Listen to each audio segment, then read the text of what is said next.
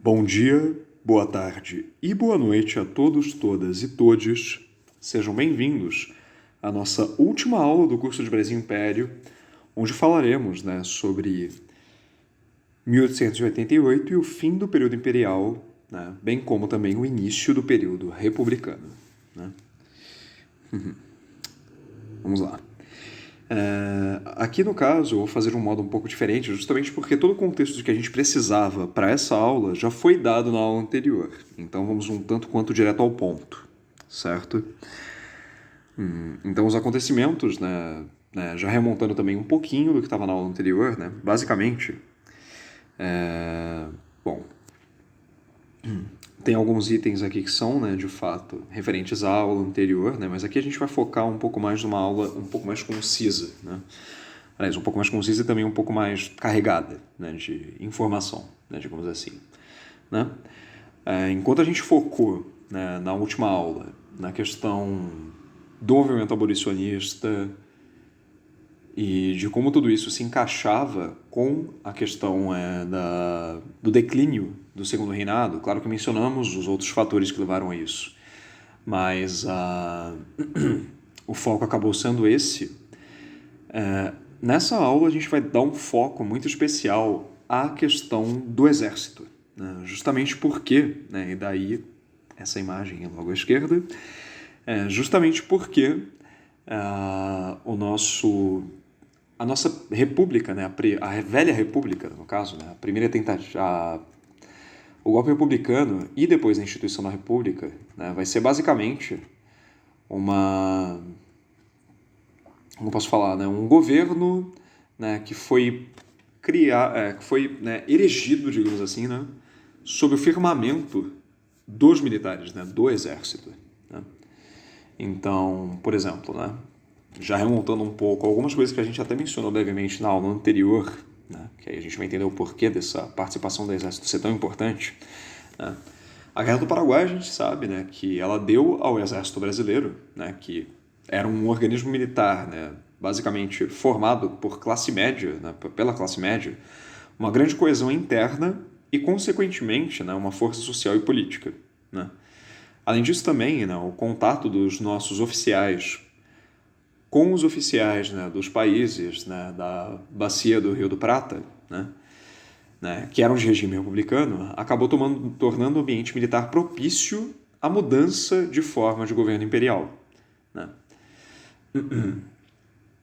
Isso vai levar a uma politização do exército, todas essas questões.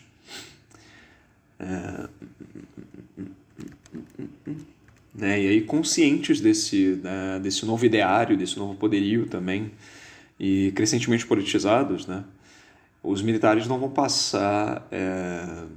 eles vão passar a demonstrar uma certa desconfiança e antipatia ao Império. O que vai levar ao surgimento do que a gente vai chamar de questões militares, que eram basicamente conflitos entre os setores civil e militar da sociedade. E civil, quando a gente está falando de um civil no sentido político, da classe política.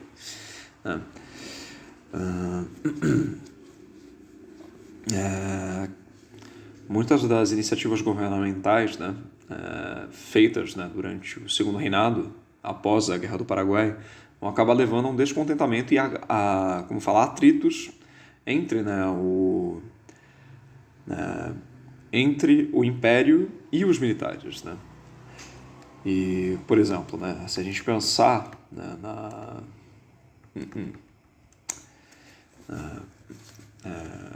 existem acontecimentos, como posso falar? Existem desde incidentes extremamente grandes, como, por exemplo, no que a gente chamaria de primeira questão militar, que data de 1884, vai ser provocada por um projeto do Marquês de Paranaguá sobre uma reforma, como posso falar? Uma reforma do Monte Pio militar. Vamos lá, gente, o que é um Monte Pio? Essa palavra aqui é estranha, que com certeza ninguém nunca ouviu até agora. A gente está falando da previdência estatal, utilizada para amparar a família do servidor público, né, que tenha falecido, que esteja impossibilitado de trabalhar. E também, né, de uma instituição assistencialista, né, mantida por associados, que concede empréstimos, né, e uma série de benefícios, né, aos associados e ou seus familiares. Né. Isso é o que a gente vai encarar como Montepio, ou seja, eles estão mexendo basicamente com a pensão dos caras. Né.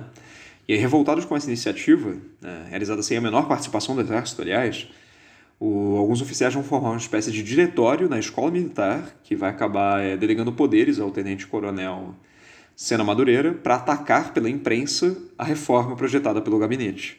Né. Em consequência, né, Sena Madureira vai ser punido e o ministro da Guerra vai proibir os oficiais de discutir qualquer assunto pelos jornais.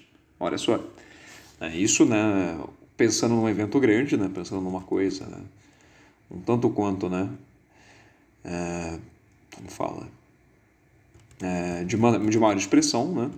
A gente também vai ter, claro, né, a segunda e a terceira questão militares, né, que a segunda, né, também vai ocorrer em 1884, vai ser motivada, né, pela recepção, né, digamos assim, dada por alguns militares a um jangadeiro cearense, né, chamado Francisco do Nascimento, né, que, né, como fala, que estava levando consigo, né, basicamente um embarque de escravos, né, no Ceará para as províncias do sul. Né. O Sena Madureira, né, que a gente já mencionou antes, né, que era comandante da escola de tiro, né, de Campo Grande, né, onde se realizaria, aliás, né, essa homenagem, ao receber um pedido de informações a esse respeito, ele acaba respondendo em termos pouco disciplinados, sendo novamente castigado. E a terceira questão militar, né, talvez a mais pesada, né, vai ser a partir de acusações injustas feitas a um oficial, né, esse oficial, né, o coronel Cunha Matos, pelo deputado do piauiense, né, Simplício de Rezende, né, que vai ser durante uma sessão da Câmara em 1886. Cunha Matos, né, que vai se sentir, né, ofendido, né, tipo, a sua honra, né, vai ser atingida, né, por isso. Ele vai se defender através da imprensa, contrariando justamente aquela proibição do Ministério da Guerra que ocorreu, né, na primeira questão militar. O que vai fazer com que, né, mandem prendê-lo. Né? E aí isso vai acabar repercutindo, né, entre o exército, né, de uma maneira muito intensa. Né? Mais especificamente no Rio Grande do Sul, né, onde o comandante de armas da província, né, que era o Marechal Deodoro da Fonseca, acaba demonstrando muito abertamente, né, digamos assim, a sua simpatia pela figura, né, de Cunha Matos. Né? Tanto que em 14 de maio de 1887, Deodoro da Fonseca assinaria um manifesto, né, da autoria de Rui Barbosa em defesa da honra militar, considerada ameaçada pelos atos do governo. Né? E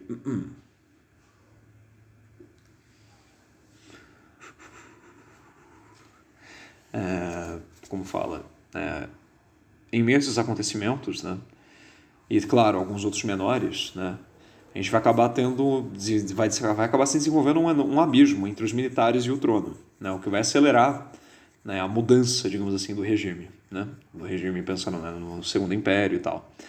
Enquanto a monarquia contava, né, com servidores fiéis entre os oficiais, né, superiores, entre capitães e tenentes, eles tinham, né, um intenso espírito republicano.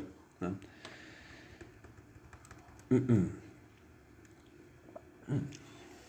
No Rio de Janeiro, por exemplo, né, principalmente, aliás, era enorme, né, essa efervescência política na área militar, justamente porque o pessoal mais jovem, né, dentre os oficiais, né, acabava recebendo, né, nos bancos da escola militar a influência de um professor republicano, né, que era Benjamin Constant Botelho de Magalhães, né, que na realidade ele vai ter uma atuação bastante destacada na proclamação da República. Né. Mas enfim, né,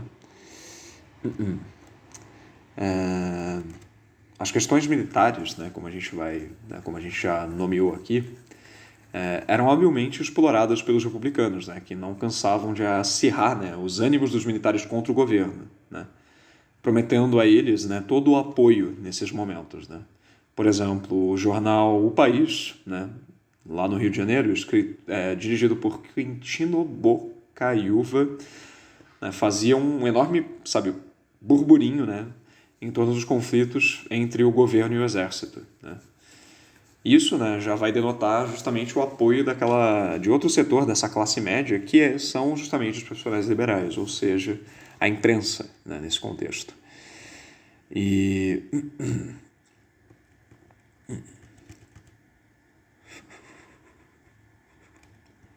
então, pensando nesses primeiros desentendimentos entre o exército e o governo imperial, né, que já vão começar desde o fim da Guerra do Paraguai, e se agravando à medida em que o exército se institucionalizava, né, digamos assim, isso acaba levando a uma série de crises, né, entre o exército e o governo, né, e também, claro, né, essas questões militares que a gente já mencionou, né, que vão envolver, né, o Sena Madureira e o Cunha Matos. Então, vai haver uma disputa entre o poder militar e o poder civil, né? E aí, em meio, né, às ideias positivistas e republicanas, né, que eram difundidas na escola militar, justamente por causa de Benjamin Constant, né, os jovens oficiais acabavam se sentindo, né, digamos assim, encarregados de uma missão salvadora, né, que era justamente, né, corrigir os vícios da organização política e social do país, né? E essa mística, né, de salvação nacional como que fala? Não era simplesmente, né, uma coisa da juventude, né, desse furor da juventude, né? Muitos dos oficiais dos oficiais mais graduados acabavam compartilhando desses ideais, né? Eles se sentiam, né, os militares como um todo, frustrados, mal recompensados e desprestigiados pelo governo, né? E tudo isso acaba favorecendo, né, uma série de atitudes de indisciplina e revolta, né?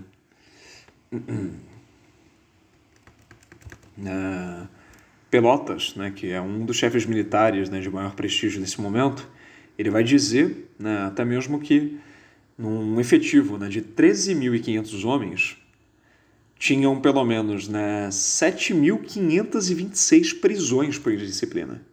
Sabe? Essa questão da revolta acaba se tornando bastante, né, presente no meio do exército. E num país onde ainda eram, né, digamos assim, escassas as oportunidades, né, digamos assim, né, em termos de ascensão social e etc., o exército acaba representando, né, para as classes médias, né, uma espécie de meio de ascensão social, né? Como é que fala? E então, por exemplo,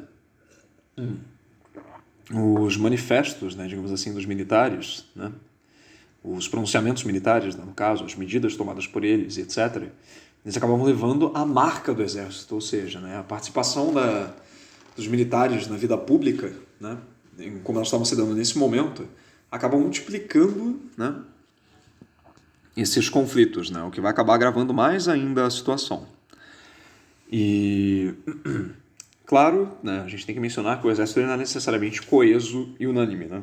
Justamente porque, né, a gente tinha, né, entre os militares, né, algumas divergências, mas, né, a adesão de uma facção de oficiais mais ou menos importante às ideias republicanas acabava sendo decisiva justamente para esse processo de revolta, né, dentro do exército.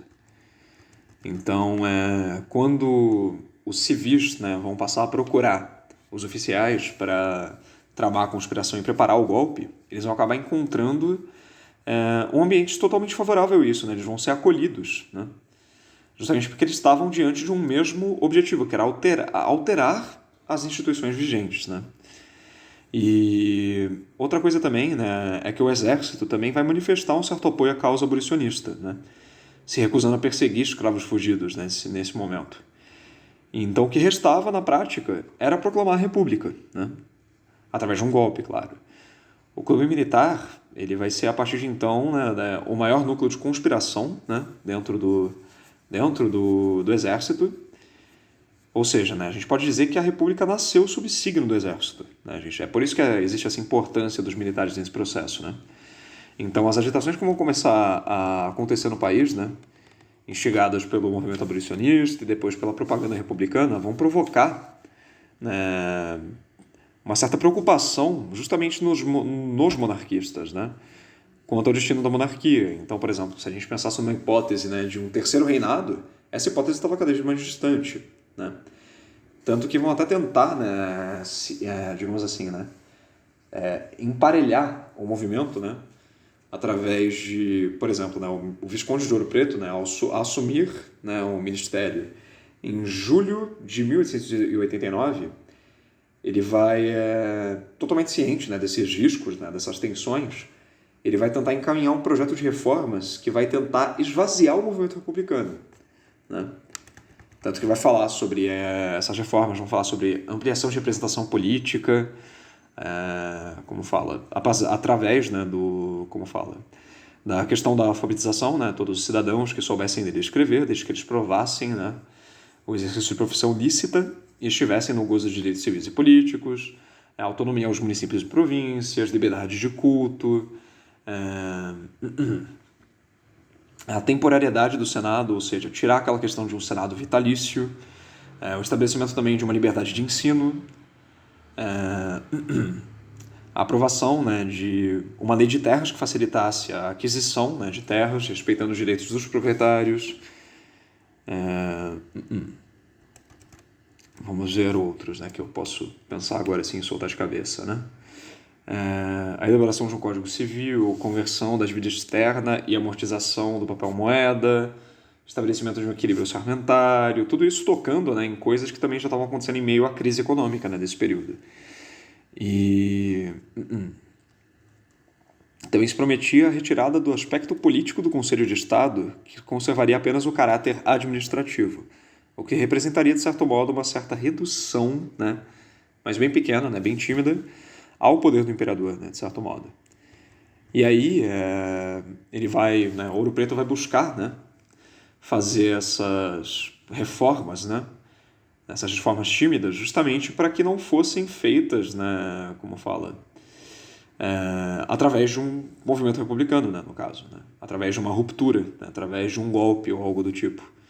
Então, a melhor maneira de anular o movimento republicano vai ser satisfazer as reivindicações. Tanto que, a Câmara vai acabar recuando diante dessa proposta, né, justamente por causa dos conservadores ali dentro, né? Tanto que o deputado conservador, né, Gomes de Castro, né, que era da província do Maranhão, logo depois, né, da apresentação desse programa, ele vai apresentar uma moção de desconfiança que vai ser aprovada por 79 votos contra 20. Né? Depois de uma discussão totalmente acalorada, né, entre... no meio ali, entre os liberais e os conservadores, que vai levar, por exemplo, né, os deputados Cesário Alvim e Padre João Manuel, né, a fazer uma profissão de fé republicana. Então, sabe, tudo isso estava... O resultado dessa votação acabava mostrando a incapacidade dos grupos dominantes, ou seja, né, das elites, de aceitar mudanças e reformas necessárias. Né? Então, isso acabava tornando impossível realizar essas mudanças dentro dos quadros da monarquia. Tanto que, né, dias depois, a Câmara vai ser dissolvida e vai ser convocada uma outra, né, para ser eleita, né, de modo extraordinário em 20 de novembro, né, daquele ano, 1889. E aí, a partir dessa dissolução, a situação vai começar a se agravar, né? E aí vão fervilhar, né, boatos de que, por exemplo, né, que diversas dessas medidas dessas medidas propostas por Ouro Preto vão ser contra o exército, né, e tal. E aí, por exemplo, né, para aproveitar esse ambiente, né, de conflito, alguns integrantes, né, do Partido Republicano Paulista e do Partido Republicano do Rio de Janeiro vão voltar a insistir com os militares, né, para que eles se colocassem à frente de um movimento contra o governo monárquico. Né? E diversos oficiais do exército vão começar, até mesmo aqueles grandes, né, vão começar a fazer uma propaganda republicana, né, dentro do seio, né, da corporação, até que, né, em 11 de novembro, Rui Barbosa, Benjamin Constant, Aristides Lobo, Quintino Bocaiúva, Francisco Glicério e o coronel Frederico Solon vão se reunir na casa de Deodoro da Fonseca para convencer ele a tomar partido. E aí, no dia 15, a monarquia vai ser derrubada, né, com um golpe militar chefiado por Marechal Deodoro, né? E é interessante a gente notar, né, que uma minoria dos republicanos achava, né, que era interessante dar um golpe de Estado, né? Então a grande maioria dos republicanos vai acabar sendo tomada de surpresa pelo 15 de novembro, né? E esse movimento ele vai acabar juntando, né, digamos assim, três forças, né? Essa parcela do exército, né, uma parcela do exército, os fazendeiros do Oeste Paulista e os representantes das classes médias urbanas, né, que a gente já mencionou, né? Essas três forças vão se unir momentaneamente em torno desse ideal republicano, né? Mesmo que tivessem divergências, né, entre si, né? Que logo vão começar a se evidenciar, né? Na hora de formar, né, de organizar esse novo regime, né? E essas contradições vão acabar, né, levando a uma série de conflitos, né, abalando a estabilidade logo nos primeiros anos da República, né?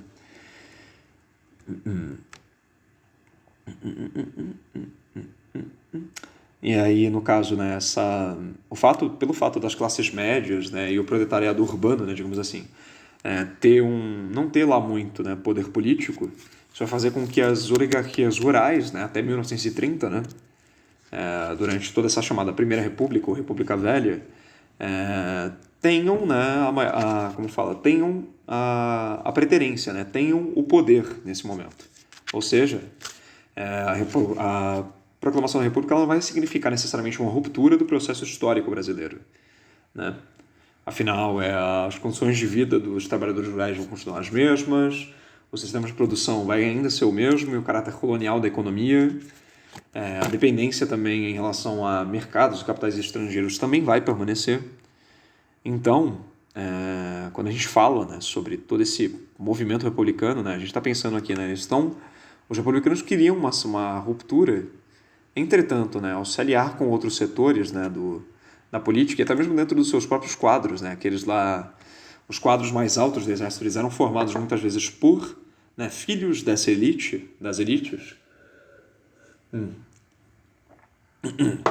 vão, tudo isso vai acabar, né, delineando um modelo republicano de elite, um modelo republicano, né, excludente e extremamente elitista, né, dentro da própria ideia, né, indo contra a própria ideia de uma república, pelo menos, né, na teoria.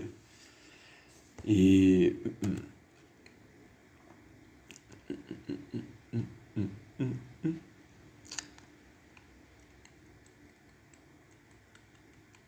tanto que, por exemplo, né, no primeiro governo, né, desse novo Brasil República, né, no governo de Deodoro da Fonseca, que vai ocorrer entre 1889 e 1891, né, ele vai presidir o governo provisório, né, surgido naquela época, e aí para formar o gabinete ministerial dele, ele vai escolher participantes de todos os setores, né, que vão ajudar nessa decaída do Império. Só que ele não vai possuir governabilidade, justamente por não ter apoio dos governos estaduais ou da Câmara dos Deputados, né. E após a Constituição de 1891, ele vai ser novamente eleito, né, só que de forma indireta, para a presidência, com o Marechal Floriano Peixoto como vice, e ele vai acabar demonstrando um caráter autoritário, né, que vai se mostrar quando ele tenta, por exemplo, fechar o Congresso, né, em meio a algumas crises, né, e também por se cansar da falta de governabilidade. Ou seja, a gente já vai vendo que dentro da instituição da República, ela já não é essa coisa unânime, já não é essa coisa, né, republicana propriamente dita, né, de certo modo.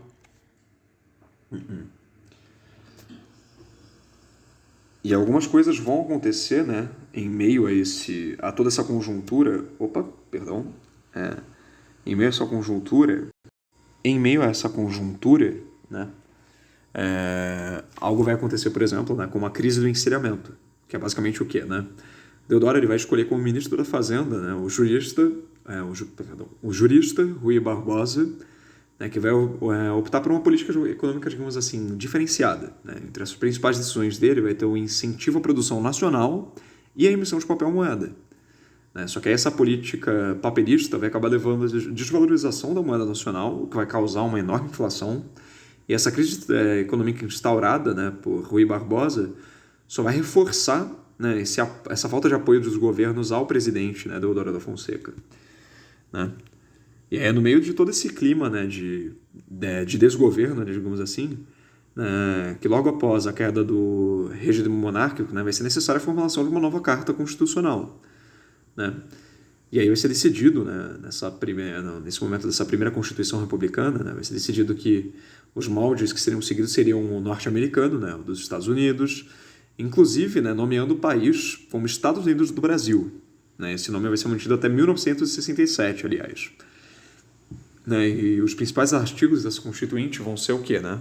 A formalização do presidencialismo, através de um mandato de 4 anos, a instituição do federalismo, as Forças Armadas sob as ordens do governo eleito, e também vai se manter, né, a reforma Saraiva, ou seja, toda aquela questão do voto, né, baseado na alfabetização, e também, né, uma coisa que eles vão manter é a não obrigatoriedade do Estado quanto à educação básica, ou seja, né, novamente, como eu tinha mencionado no final da última aula, é esse governo da elite para a elite que vai buscar de todas as formas a exclusão das classes populares. Né?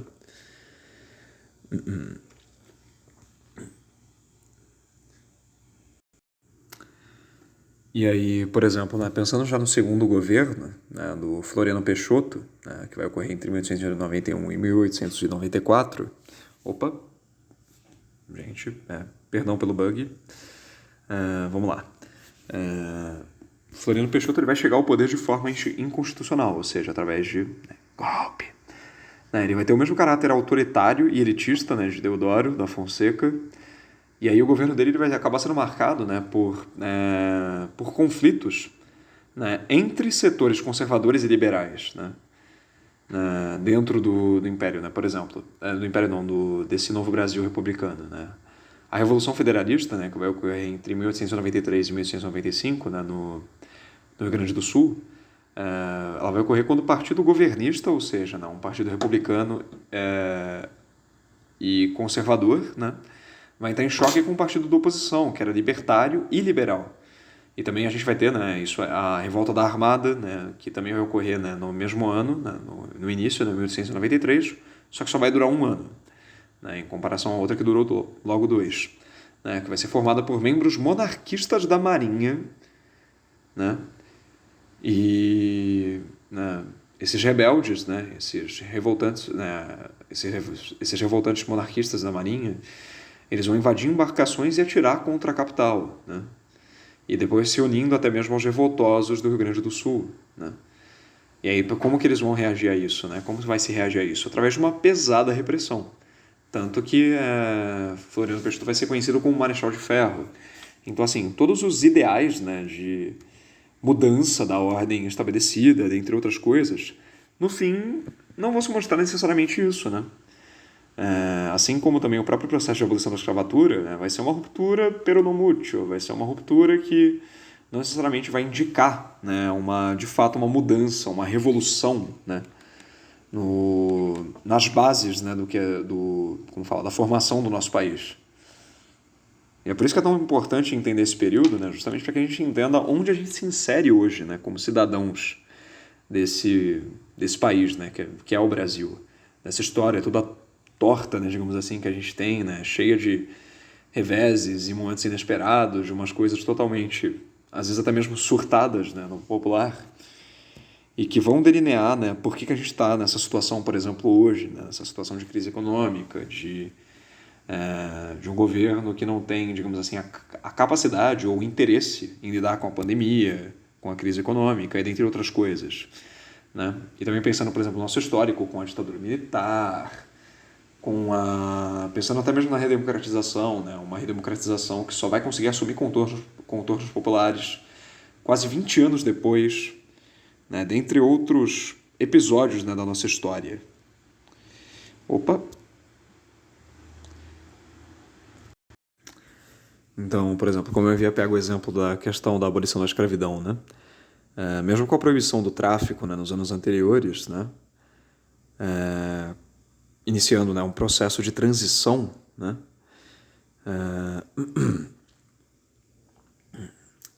era natural que com o tempo, né, a escravidão no país fosse abolida, né, já que não havia, por exemplo, a renovação natural da população de escravos no país. né, dentre outras coisas.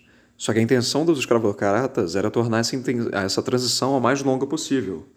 Né, e não só vão conseguir torná-la tão longa, como também vão, né, fazer com que desdobramentos dela, né, deem contornos, digamos assim, únicos à questão da negritude no Brasil, né, e a questão de como vivem os negros, né, libertos hoje em dia. Né?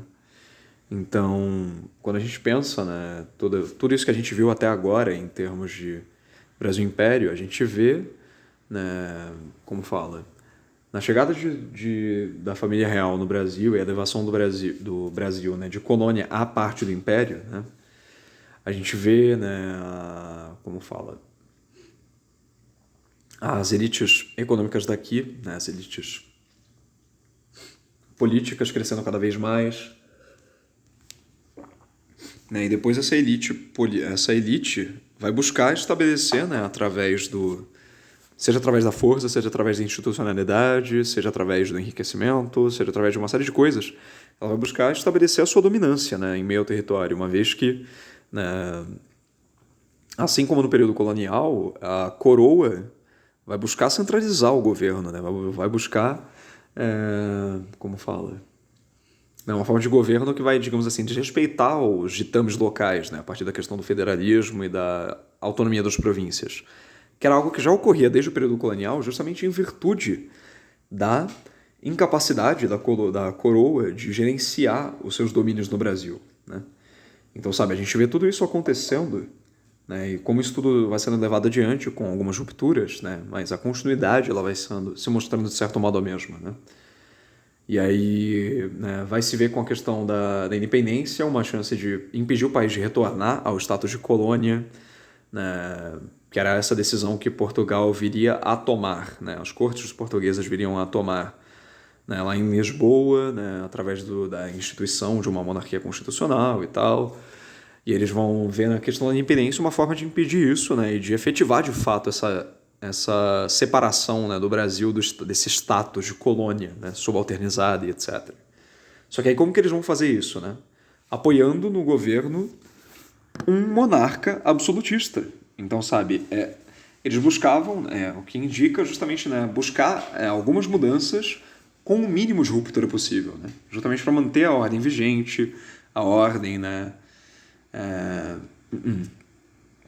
que é escravocrata, focada em agroexportação, monarquista e assim por diante, porque foi assim que essas elites se desenvolveram, né, aqui no país, desde o período colonial. Então é assim que elas vão buscar manter o seu poder ao longo de toda a nossa história, né, digamos assim, pensando.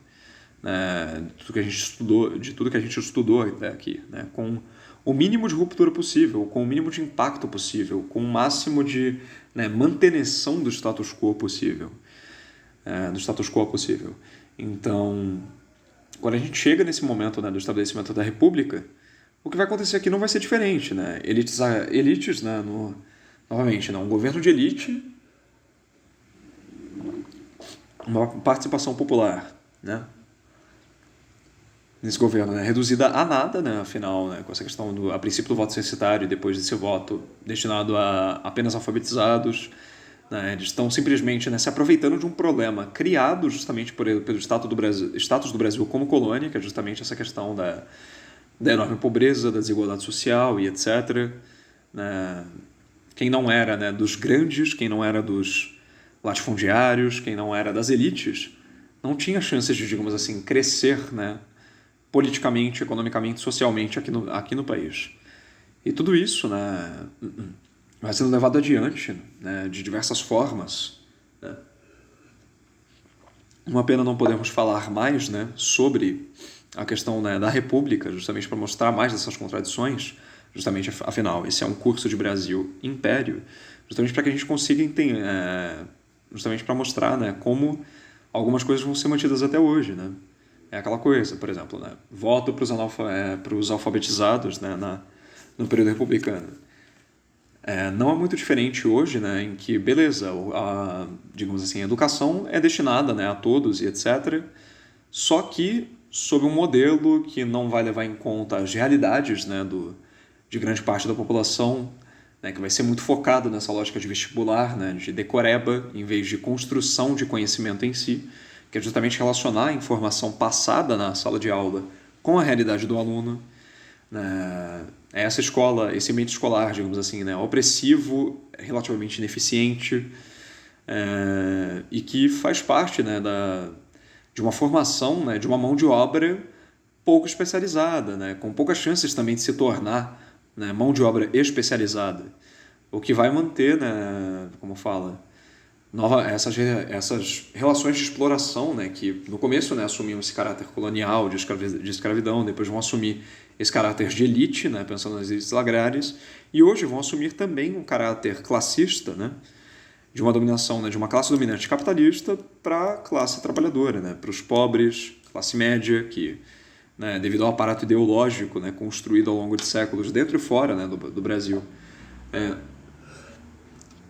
se pensa, né, como distante das classes, né, baixas da população e assim por diante, né.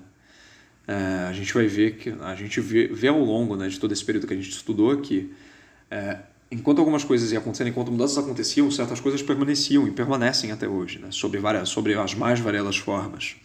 E entender isso, né, é a gente perceber que, sabe, é passar a perceber, né, se tornar o que é ser cidadão desse Brasil, né, que a gente estudou aqui, né, o que é ser brasileiro. Por que a gente leva tão em conta, né, leva tão como verdades, né, certos mitos da nossa história, versões que, no caso, né, pouco tem a dizer sobre nós, né, sobre a população, e mais sobre as elites, né, sejam portuguesas, sejam brasileiras. Então, entender como a gente se situa nesse mundo, né? Estudar a história é justamente isso, né? Não é simplesmente uma questão de revisitar o passado, de ver, pesquisar sobre o passado porque era legal, ou porque é antigo, ou porque é vintage, ou alguma coisa desse tipo. É justamente entender, né, onde a gente está hoje, a partir do estudo do passado, para se desenvolver caminhos para um futuro, né, para mudança e, como fala, para a nossa afirmação, né, enquanto pessoas, enquanto indivíduos, enquanto social, enquanto sociedade, no meio de toda essa conjuntura construída a partir desses eventos que a gente, né, narrou, digamos assim, ao longo dessas aulas, né, eu e o professor Matheus. Mas enfim, né, estamos ficando aqui muito emocionados, né, com o fim com essa conclusão toda, né, então vamos para a questão, né, já para encerrar a aula com chave de ouro, né.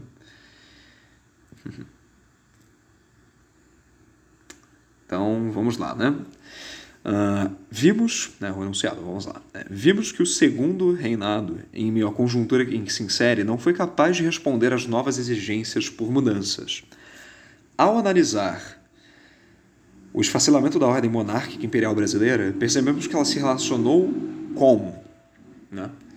E aí paramos, né, justamente porque a gente vai analisar cada uma das alternativas, né, e entender o que cada uma delas tem a dizer, né, o que elas têm a dizer de certo ou de errado, né, em meio a toda essa brincadeira. Então, vamos lá, né? Alternativa A. A bandeira socialista levantada pelos positivistas. B. A estrutura federativa até então vigente e a conspiração capitaneada pelo exército. C. A gritante discrepância ideológica entre partidos políticos. D. O fim das desigualdades entre brancos e negros. E E. A abolição do regime escravista e o desinteresse das elites agrárias no destino do trono. E aí, já conseguiram identificar qual que é a correta? Bom, agora que eu dei esse tempinho para vocês pensarem, né? Com certeza poderia ser dado com uma pausa no vídeo, mas vamos nessa. Vamos lá então explicar, né, por que cada uma das alternativas erradas está errada e por que temos uma correta no meio disso tudo. A alternativa A está errada justamente por falar de, né, uma bandeira socialista levantada por positivistas. O socialismo no Brasil só vai ser implementado, né, digamos assim, ideias socialistas só vão entrar no país no começo do século XX, justamente com a industrialização tomando, né, formas, né, finalmente, né, alinhadas com o capitalismo no século XX, né, depois de tanto tempo tendo ela atrasada e, né, digamos assim, segurada, né, pelas elites agrárias, pelo governo monárquico e assim por diante, levantada pelos positivistas. Não há nada mais capitalista do que a ideia do positivismo, né? Tanto que, por exemplo, né, a gente vai ter como os positivistas, né? O positivismo vai influenciar o exército no golpe republicano. Por acaso se buscou estabelecer um socialismo a partir disso? Não. Como eu disse antes, né, e como eu falei, essa bandeira socialista que é também apontada é um anacronismo, né, já que ela não, o socialismo não, as ideias do socialismo não entram no Brasil no século XIX, mas sim no começo do século XX, né, tanto que a gente tem, né, um dos primeiros partidos políticos nesse período, né, do século XX vai ser o PCB, né, o Partido Comunista Brasileiro, e etc, etc, etc. Né? Mas enfim, né, já apontamos os erros. Né? B. A estrutura federativa até então vigente e a conspiração capitaneada pelo exército. De certo modo, ela não está errada. Né? Entretanto, o exército não vai necessariamente tão capitanear assim, né, o processo de, do esfacelamento, né, da ordem monárquica imperial. Né? Claro, eles serão vitais no golpe republicano, entretanto, são justamente, né, as elites políticas, né, aqueles que já detinham o poder político, né, de alguma forma, alguma voz política, que vão defender esse estandarte republicano, que vão, né, de fato, capitanear esse movimento, né, mesmo com os militares tomando a frente do conflito. Enfim, C. A gritante discrepância ideológica entre partidos políticos. Isso é um tanto quanto, né, simplista, né? Porque, né, quando a gente pensa em discrepância ideológica entre partidos políticos, a gente vai pensar, né, nos liberais e nos conservadores, né? Saquaremos e Luzias e assim por diante, né, nesse período do Segundo Reinado. Só que não era uma gritante discrepância ideológica. Né? Assim como a gente já abordou nas aulas, por mais que tivessem as suas diferenças, claro, os liberais mais afins à questão do federalismo, enquanto os conservadores eram a favor da monarquia, né, e de uma intensificação, né, do poder, do centralismo do poder nas mãos do monarca, ambos não clamavam por uma mudança no status quo, né, queriam manter o país como um país de regime escravista, monocultor, agroexportador e etc, etc, etc. Então é por isso que a alternativa C está errada, não é uma gritante discrepância ideológica. Na verdade, eles são bastante afinados ideologicamente. O que muda é o projeto de governo, né, que é levado adiante, né, como isso vai se dar, como essa manutenção do status quo vai se dar. Né? Mas enfim. D. O fim das desigualdades entre brancos e negros. Como já foi mencionado, né, tanto na aula passada como nessa a gente falar da abolição da escravatura, ela não representou um fim dessas desigualdades. Na realidade, só as colocou sobre novos contornos, né, sendo agora, né, desigualdades entre, digamos assim, brancos livres e negros livres. Olha só que grande diferença. Né? A desigualdade permanece. Né? Ao não serem incluídos na sociedade, né, vai acabar acontecendo justamente a manutenção do racismo, né, da racialização do negro. Né? Só que agora sob uma ótica ligeiramente diferente. Né? E a abolição do regime escravista e desinteresse das elites agrárias no destino do trono. Essa é a mais correta justamente por pensar, né? Abolição do regime escravista, ruptura, né, com um dos fundamentos da ordem vigente até então, né? Da ordem monárquica imperial brasileira, né, que fica tão afim desse modo de funcionamento, né, do Brasil Império, né? Do Brasil Império, nesse momento. A abolição do regime escravista vai representar uma certa ruptura, e também os acontecimentos, né, a partir da abolição do regime escravista vai levar uma série de efervescências sociais, né, e políticas que vai culminar no fim do regime monárquico. Né? E essa questão do desinteresse das elites agrárias com o destino do trono é justamente sobre o fato das elites agrárias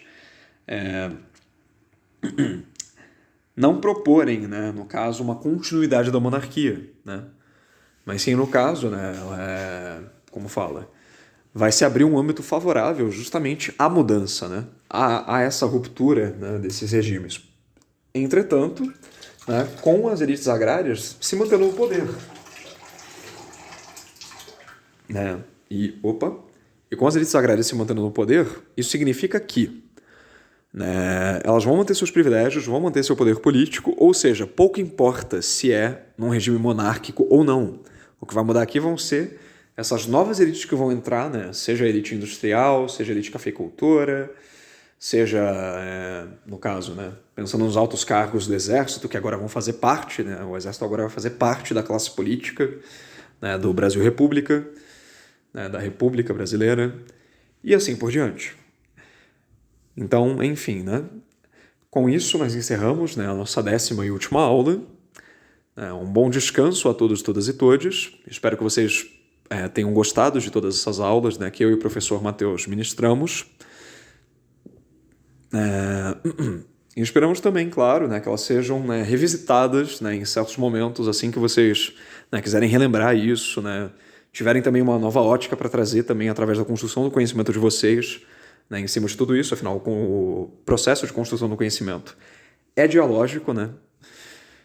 Acontece, né, não necessariamente do professor para o aluno, mas entre ambos, né, entre a informação passada pelo professor e o conhecimento que vai ser construído pelo aluno. Mas enfim, encerramos por aqui e até uma próxima vez.